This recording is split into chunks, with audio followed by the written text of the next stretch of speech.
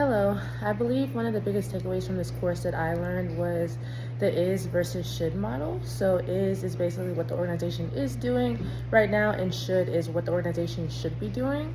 It seems like a pretty simple concept, but the challenge is getting from is to should. Requires a lot of processes and a lot of changes that go along with it. We talked a lot about organizational change and what that looks like and how to make organizational change um, effective and a seamless process.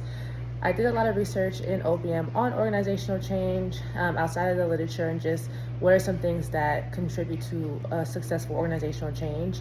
One of my favorite pieces that came out of that was a guiding coalition. So you want to have people behind you to support this change. The challenge is with any type of change, no matter how um, practical it is, no matter how seamless it may be, there's always going to be some people who are against that change. So the goal is to have everybody behind you, but to have a good, strong group of individuals behind you who can push that change forward, who can advocate for that change and advocate for you, whether you're in leadership or like you're following that change or whatever the case is.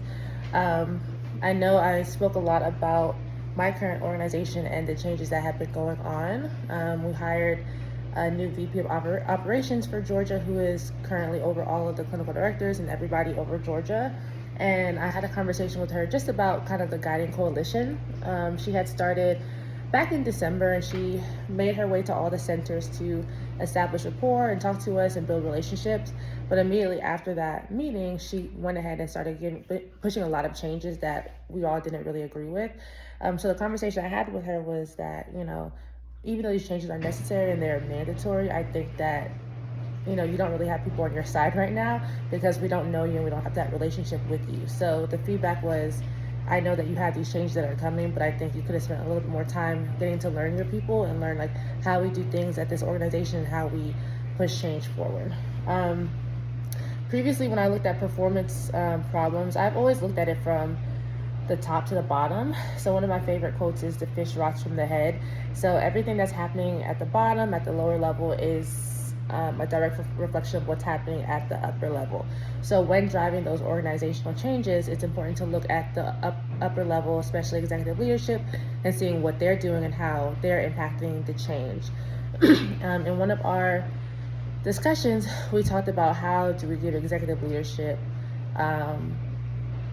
feedback. So whether that's through surveys or feedback forms, whatever the case is, because the issue is everyone within the organization is getting some type of feedback from a higher level, but when you're on the exec team, there's really nobody higher than you. So how are we making sure that we're providing feedback to the exec team and that they're actually implementing that feedback?